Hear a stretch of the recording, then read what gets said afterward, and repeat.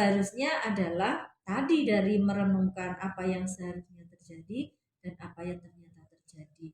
Lalu memikirkan argumennya. Menurut saya ini terjadi karena apa?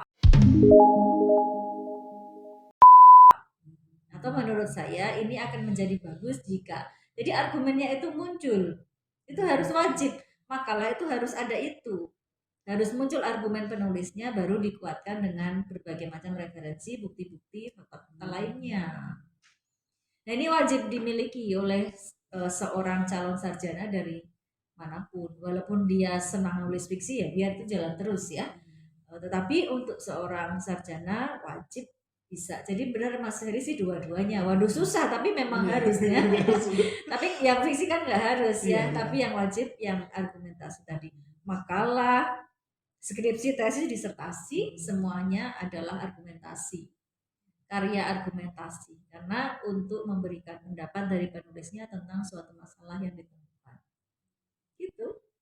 Nah, cara membedakan antara artikel kemudian makalah itu gimana sih? Kadang kala teman-teman itu ada yang masih campur-campur gitu. Gitu ya. Iya, jadi yang artikel makalah biasa jadi artikel artikel kalau artikel apa? Artikel di media populer atau artikel di jurnal ilmiah ya. Kalau di jurnal ilmiah dengan makalah kan nggak jauh beda. Tapi kalau yang di media populer itu yang agak berbeda. Kalau media populer pastinya teman-teman mau ngomong tentang hal yang global gitu boleh. Misalnya fenomena terkini masyarakat Islam dunia itu ada boleh, atau masyarakat Indonesia yang lebih sempit ya itu boleh. Tapi kalau di dalam karya ilmiah kita harus jelas objek formalnya apa, objek materialnya apa kan harus jelas sehingga yang dilihat itu masyarakat di sebelah mana itu harus kelihatan. Jangan ngomong Indonesia atau masyarakat sepanjang sejarah gitu ya bisa juga harus jelas batasan-batasannya itu yang sedang dilihat itu apa itu harus jelas di dalam karya ilmiah. Jadi kadang-kadang kalau teman-teman menulis makalah itu seringkali kebawa style populernya begitu. Jadi mau menulis dari sesuatu lingkup yang luas banget tetapi dalam. Jadi kayak kolam panjang tetapi dalam. Akan lebih baik di dalam karya ilmiah itu kamu ngambil sedikit scoop saja tapi dalam kayak sumur sampai ke keluar airnya itu baru keren gitu. Itu bedanya ya. Untuk analogi aja kolam dangkal sama sumur. Gitu. Oh, gitu. Kemudian ini Bu, bagaimana sih cara menghindari plagiarisme? Karena teman-teman kebanyakan juga kita tahu ya Bu, kalau tugas-tugas itu suka iya kopas ya. Nah ini hati-hati teman-teman. Memang di era teknologi informasi seperti ini mendapatkan konten dari tempat lain sangat gampang ya. Kita browsing, download macam-macam, gampang banget. Tapi jangan lupa ini juga bagi dosen gampang untuk ngelacak asalnya dari mana. Ya, saya beberapa kali tidak meluluskan mahasiswa, kebetulan cowok semua ya, maka saya nggak perlu pakai kata mahasiswi ya. Tidak meluluskan karena plagiat. Jadi saya tanpa aplikasi itu bisa membuktikan bahwa kamu ngambil dari website ini. Gitu. Akhirnya nggak lulus, semester berikutnya ya dia ngambil lagi. Gitu. Tapi juga kemudian saya dengan beberapa sentuhan-sentuhan biar nggak ngambek. Kalau ngambek nggak lulus ngambek kan nanti dicari orang tuanya ya. Nah ini cara canggihnya lagi di prodi juga ada di semua prodi diberi fasilitas oleh universitas dengan berlangganan Turnitin. Jadi dengan Turnitin itu ketika kita memasukkan file cepat banget terscan set langsung keluar kayak teman-teman bikin dari Word ke PDF, PDF ke Word itu langsung keluar tulisannya ini sumbernya dari mana aja, keasliannya berapa persen, gitu udah keluar sendiri. Nah sebelum munakosah kan kita selalu masukkan ke Turnitin itu ya supaya di situ kelihatan bahwa mahasiswa ini tidak plagiat dari mana-mana. Jadi sebetulnya poin pentingnya teman-teman gampang mengambil dari mana-mana, tapi dosen juga gampang untuk menunjukkan sumbernya dari mana. Gitu Mas. Caranya gimana tadi ya? Caranya adalah teman-teman menghindari M sama W. Biar nggak plagiat menghindari M satunya males gitu ya. Males apa? Males merangkai parafrase dengan kalimatnya sendiri kan males banget. Seringnya males banget gitu aja. Males mikir, males merefleksikan, merumuskan menjadi pikirannya sendiri. Kita males banget. Itu akibatnya kemudian menjadi ambil jalan pintas, yaitu plagiarisme yang ditempuh. Kemudian W tadi adalah ingin disebut wow ya. Pernah juga ini nggak mungkin ini pikiranmu sendiri karena ini saya pernah baca tulisannya siapa gitu ya. Ada salah satu dosen di filsafat diambil karena memang rasanya gitu nggak mungkin deh mahasiswa baru masuk udah berpikir jauh seperti ini. Ternyata benar setelah saya cek itu ada salah satu guru besar di UGM yang tulisannya sama kayak gitu. Nggak bisa gitu. Walaupun diambil beberapa penggal paragraf tetap cita rasa bahasa itu kan dari awal sampai akhir ketahuan ya. Kalau dari awal kemudian agak-agak kacau kemana-mana pikirannya tiba-tiba di tengah kok teratur banget ya ini ya itu terus ini kok topiknya kok jadi lain itu kan kita sebagai orang yang baca makalah jadi curiga gitu. Nah di situ jangan ingin disebut wow kan kalau orang baca wow keren sekali tulisanmu ya padahal bukan karya sendiri jadi hindari M sama hindari W ingin disebut wow itu tadi. Jadi lebih baik teman-teman kuasai. Kalau memang bukan dari pikiran sendiri, kasih di catatan kaki atau kasih catatan tubuh taruh di daftar pustaka. Kebetulan kalau di UIN kan pakainya catatan kaki ya. Apa susahnya sih ngasih catatan kaki gitu? Kalau memang mengambil apa adanya, kasih tanda kutip, lalu kasih catatan kaki kan selesai semua. Itu jangan M itu tadi. Nulis catatan kaki aja M gitu ya. Padahal itu selamat dunia akhirat. Ya. Dunianya selamat nggak disebut plagiat, ya nggak ada plagiarisme. Akhiratnya ya selamat dari pertanggungjawaban kepemilikan kekayaan intelektual, gitu kan? Iya.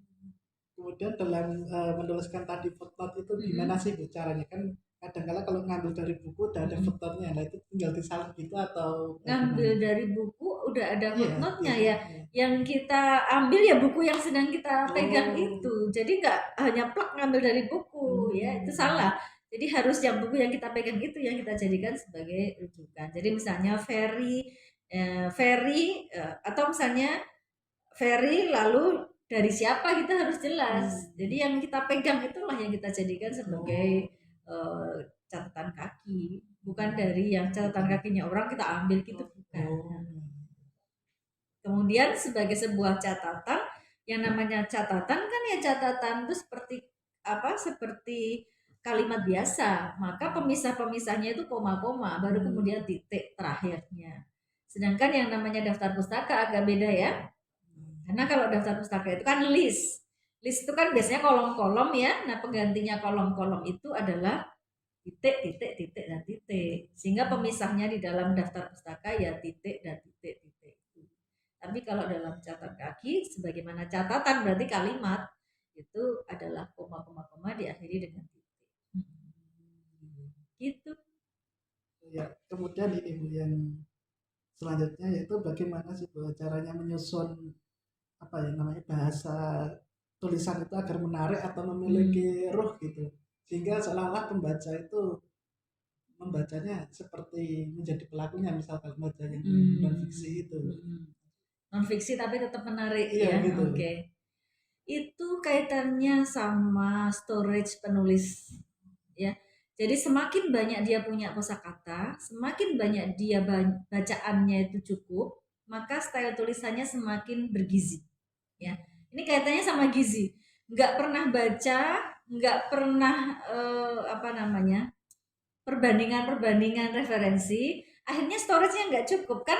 Apa yang keluar itu harus ada yang masuk kan ya? Jadi apa yang keluar itu ada yang masuk. Seandainya kemudian dia berlatih nulis, tapi kok nggak ada inputnya, ini juga masalah. Maka yang namanya nulis juga harus diawali dari membaca. Istilahnya semakin banyak kita input yang bagus-bagus, keluarnya juga bagus. Yang dibaca komek-komek yang nggak karuan isinya, nggak karuan kalimatnya, keluarnya ya seperti itu. Kan masuk ke otak soalnya kan. Storage di otak ini bekerja. Sehingga kalau kata-katanya bagus, keluarnya juga bagus. Anda di dunia perguruan tinggi biasa pakai tatif-tatif, isme-isme, sasi-sasi, if ya, is gitu kan. Nah, nanti kan masuk ke sini, keluarnya juga nanti kan begitu. Tapi kalau nggak pernah punya kosakata itu ya nggak keluar. Sebagaimana orang yang tidak belajar seperti itu. Nah, nanti ketika Anda banyak baca stylenya siapa siapa siapa, banyak Anda banyak style, nanti akan menemukan sendiri style seperti apa yang akan keluar dari tangan Anda atau tulisan Anda atau mungkin juga tutur kata Anda. Jadi ini agak sulit pertanyaan yang terakhir karena kaitannya dengan storage yang ada di kepala penulisnya. Semakin banyak dia membaca, semakin banyak punya kosakata, dia akan bisa menulis dengan lebih bergizi. Tapi semakin sedikit bacaannya, karyanya pun semakin kurang gizi gitu. Karena ada yang masuk, itulah yang bekal keluar. Mungkin terakhir untuk pesan kepada teman-teman Bu. Sudah ya? Oke. Masih pengen lagi? Oh. Iya, oke. Iya, ya gimana Mas Heri? Apa Bu kira-kira pesan untuk teman-teman? Pesannya ya. Ya. Eksistensi manusia itu diakui karena berpikir ya. Kata orang saya berpikir maka saya ada. Ada juga yang mengatakan saya ada maka saya bisa berpikir. Intinya bahwa yang membedakan kita dengan makhluk Allah lainnya adalah manusia itu adalah makhluk yang berpikir. Al insanu hayawanun natik atau animal symbolikum ya kalau bahasanya Ernest Cassirer. Oleh karena itu untuk menunjukkan eksistensi kita di dunia ini adalah mewujudkan pemikiran-pemikiran kita dalam bentuk tulisan. Sebab apabila kita nanti sudah tidak ada, biarlah tulisan itu yang membuktikan bahwa kita pernah ada. Gitu teman-teman. Terima kasih Bu Ade. Sama-sama Ferry, tetap berkarya ya. Keren sekali. Waktu di kelas aku inget banget. Dia sering bertanya, sampai saya mau keluar kelas nggak boleh loh. Ibu Ade masih ingat itu. Iya. Ya jadi seperti ini ya teman-teman, kita sudah mendapatkan wawasan yang sangat luar biasa tentang kepenulisan. Mungkin dari saya sekian dan kita bisa lanjutkan di lain kesempatan untuk bincang-bincang kepenulisan dengan Bu Ade. Demikian yang dapat saya sampaikan. Wassalamualaikum warahmatullahi wabarakatuh. Waalaikumsalam warahmatullahi wabarakatuh. Makasih Mas Heri. Iya.